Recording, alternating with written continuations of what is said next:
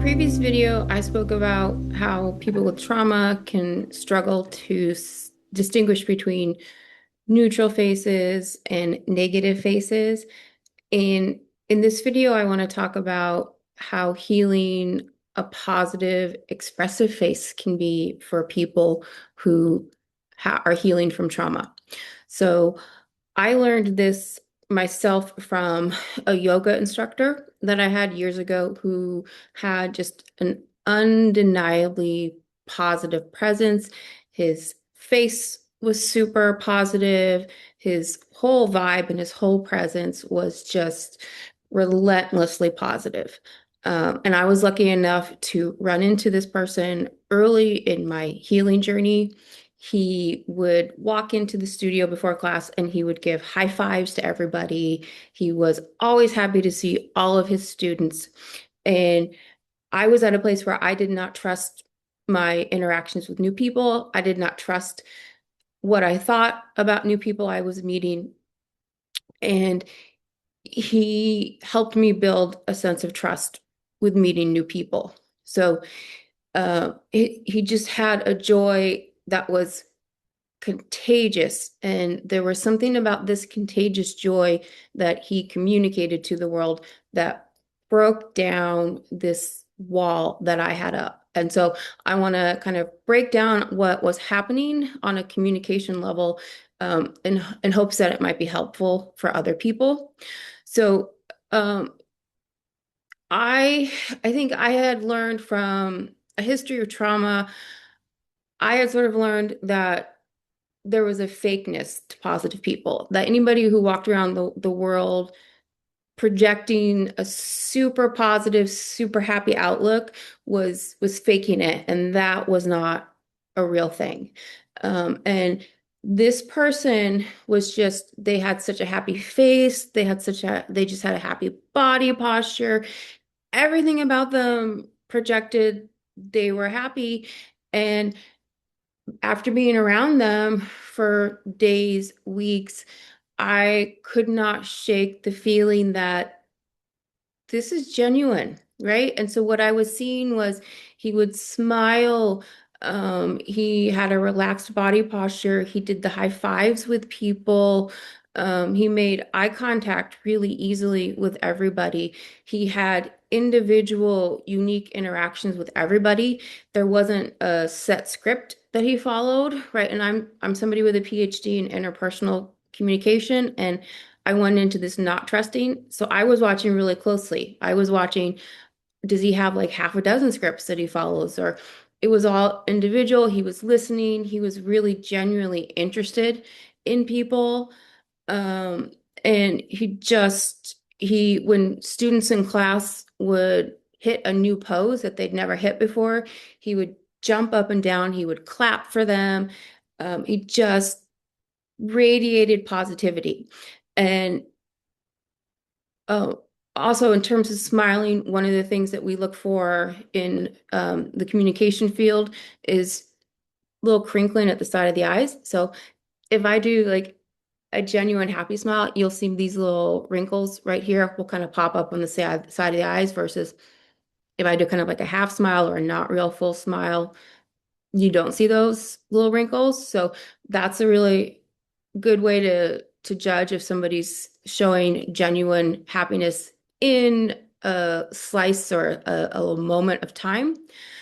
Um, but it was just every day, every time I ran into him, I was just blown away by the amount of joy he had. And what this did for me was it showed me that there are legitimately happy people in the world, which sort of blew me away because it wasn't something I believed before. So it changed the way I thought about life, which was huge as a person with trauma to suddenly understand, oh my gosh, there are really legitimately super happy people in the world. So that was just a lovely surprise to discover. And then he became his joy was so lovely to be around. It felt safe to be around him. And so my nervous system relaxed when I was in his presence. And I think, and I've noticed this, he was the most dramatic example of just a really happy, joyous person to spend time with. But I started noticing then other people in my life who had really expressive faces and leaned into joy also relaxed my nervous system, and I felt like it was easier to trust them. So for me, as I began healing from trauma, it helped my nervous system, and it helped me learn to trust being with other people, developing new relationships, which is a hard thing when you first start taking those little baby steps into healing from trauma. It's hard to be around new people. So it really helped me to seek out and look for people who were able to overtly display joy, excitement, just lovely, happy emotions on their face. And what it did for me was I noticed like my heart rate would go closer to like a baseline, resting heart rate. I didn't tense my shoulders, like all those things I look for that indicate my nervous system is in a nice, even keel kind of a place. And so I just in my life started seeking out these people and trying to spend time with them. So, in socially appropriate ways. So, this person was a yoga teacher, so I signed up for more of his classes. If there was a barista in my neighborhood who also had these characteristics, I would go get coffee at that particular coffee shop. So little things like that. And the more time I could spend around these kind of people, the more time my nervous system was spending in that nice, relaxed, even keel kind of a place. And I was regulating myself more. And then as I got practice doing that around these other people, they were sort of co-regulating me, then I would get better at regulating myself when I wasn't in the presence of these people who self felt safe to me, right?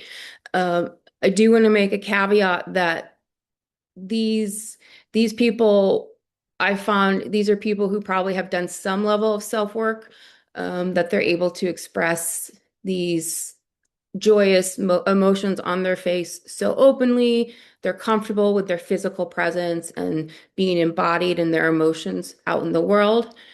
But that doesn't mean you want to put somebody on a pedestal because you see this one characteristic that is helpful in your healing, right?